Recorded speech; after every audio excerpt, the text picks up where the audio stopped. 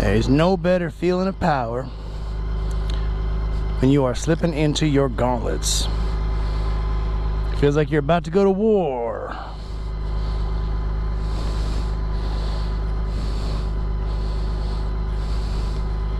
Squire, hand me my sword.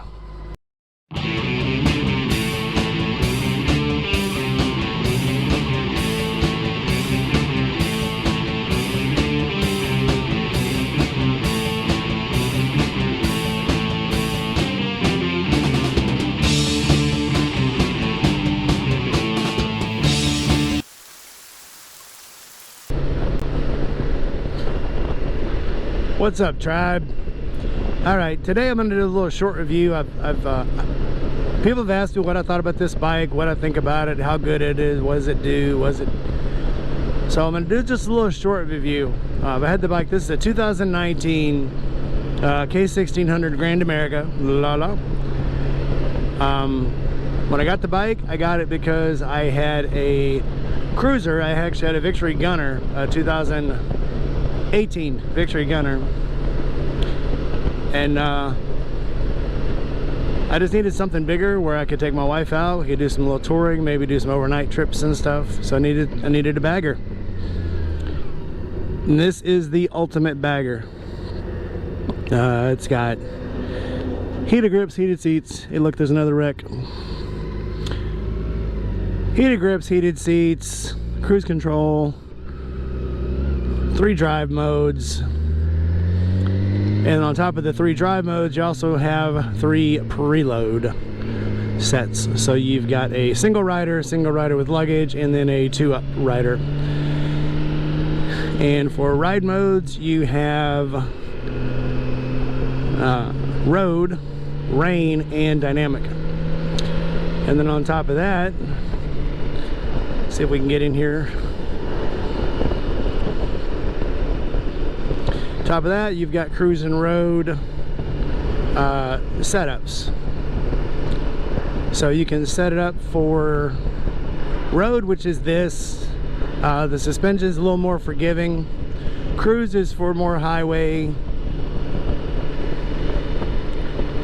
where you don't have a lot of wavies in the road and potholes and patches and beer cans and ladders and mattresses.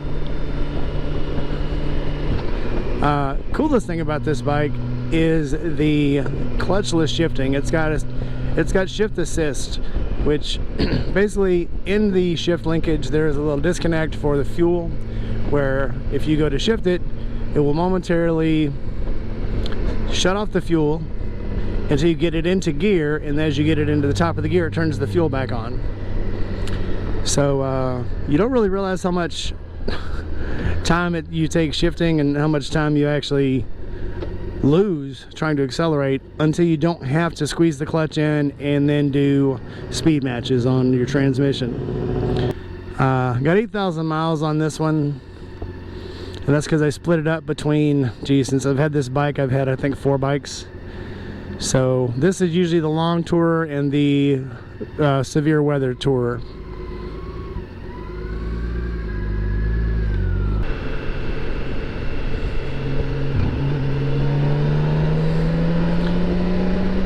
It's funny, I always joke about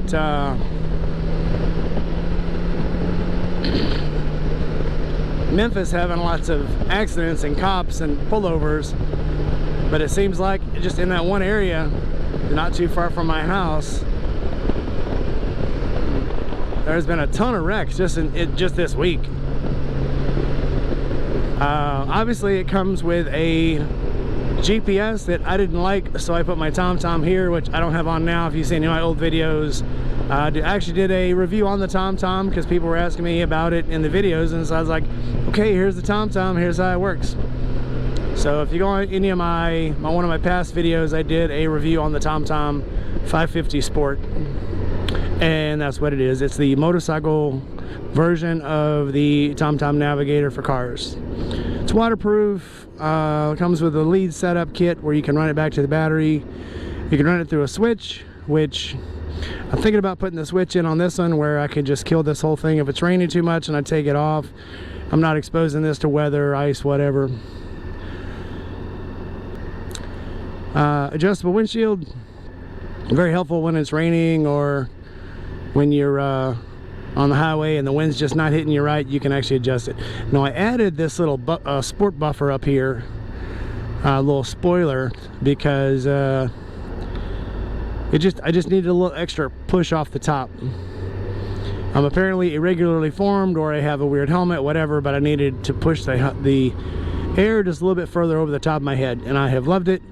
I got a cheaper version off of Amazon that was only, I think, like $36 compared to the $200 one that BMW sells. I think I saved money, I think. And that's just the way I am. I like to save money.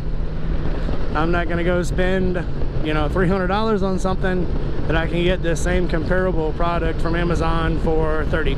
Did the same thing with my Sportster, with the passenger pegs, the seat, the forward controls, the extended shifters, the bars. I just can't see spending 3 or 4 times, sometimes 6 times the cost of something when you don't need to. Important parts that, you know, if it's going to be made of steel, going to be made of aluminum, whatever it is, that's the important part, that it's made well. I think the only difference on my Harley pegs was they were the exact same pegs. Could not tell the difference, but I had to use a tap and tap the paint out of the holes for the mounting brackets. Other than that, it was the exact same thing, and you can't tell the difference. I've had no problem with them, obviously. Haven't fell off the bike yet. Haven't stomped my feet through the pegs yet. So I'm gonna say that's a win. I will state it again. Best thing about a bike is you're small. You can get around stupid people that don't know how to share the road.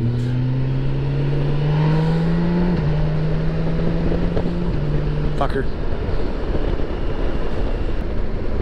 I'm becoming a crotchety old man. I'm gonna blame it on COVID. I think COVID changed my perspective of life.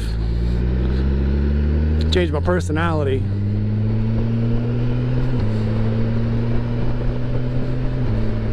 It was like Viagra, just made me a bigger dick.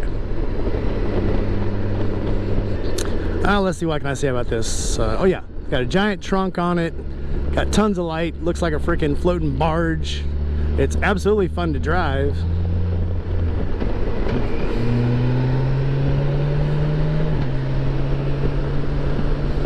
Even when it's not in sport mode, the thing is a ripper. It is an absolute ripper. 1600cc engine, 6-cylinder. Thing has power for it, days and days and days. It's very nimble for its size. It is a very heavy bike, but you can't feel it. I even dropped it one time, and I think it's probably easier to pick up than one of my older lighter bikes. It was like 200 pounds less. All the weight is in the very bottom of the frame. So it is a very easy bike to control. Oh, and it's got ABS, it's got traction control, it's got everything. I've actually locked this bike up before in the rain, and it just does this weird thing where it almost feels like it's trying to downshift, and it totally controls the bike. And then got on the Harley in the rain, very light rain, and went to stop at a stop sign and locked up the back brake. And I'm absolutely I see all these guys, God bless them, it's just a difference of opinion, but I have never dumped a bike locking the back brake up. Maybe it's because I'm smarter than most people and I don't try to throw it into high-speed turns and then lose control. But I have always been taught that, again, I've gone through, I don't know how many freaking motorcycle safety classes, but I've always been taught back brake, lock the back brake up, is how you straighten the bike up. I guess I can see if you didn't, if you were in a curve and tried to lock it up and still kept trying to turn. Maybe it's because I've gone through these classes and I know that when you lock the back brake up, the bike needs to go straight, not turn. Maybe that's why maybe that's why I haven't locked up the back brake and wrecked yet. Who knows, man? again, it's a difference of opinion, but when I see a lot of these commentators and they're like, oh yeah, they wrecked because they locked the back brake up. No, they wrecked because they're a bunch of fucking idiots. I will stick to that to my dying day. You don't wreck because of a simple miscalculation on the bike. You wreck because you're stupid. Combination of speed, lack of training, lack of knowledge, lack of experience. Any one simple thing is not going to make you wreck. I will carry that flame to my dying day. Oh, just need to call the old lady. All right, well, I guess I'm done on the review. If you got any questions about the bike, shit, shout it out. I ain't got very many followers. I can answer every comment that comes across YouTube. So YouTube or Instagram, if you got a question for me, you know, hit me up. I'm here. I'm here to help. My name is Leonard. I'm here to help. All right, guys. Click the bell, comment, subscribe. I'll see you in a future video. You take care. Let's see. It's only 45 degrees tonight. I don't think I need the hand warmers. I believe I have changed my mind. I will be turning the hand warmers on. You don't realize you need it until you turn it off and don't have it. And then it was like, maybe that does make a difference.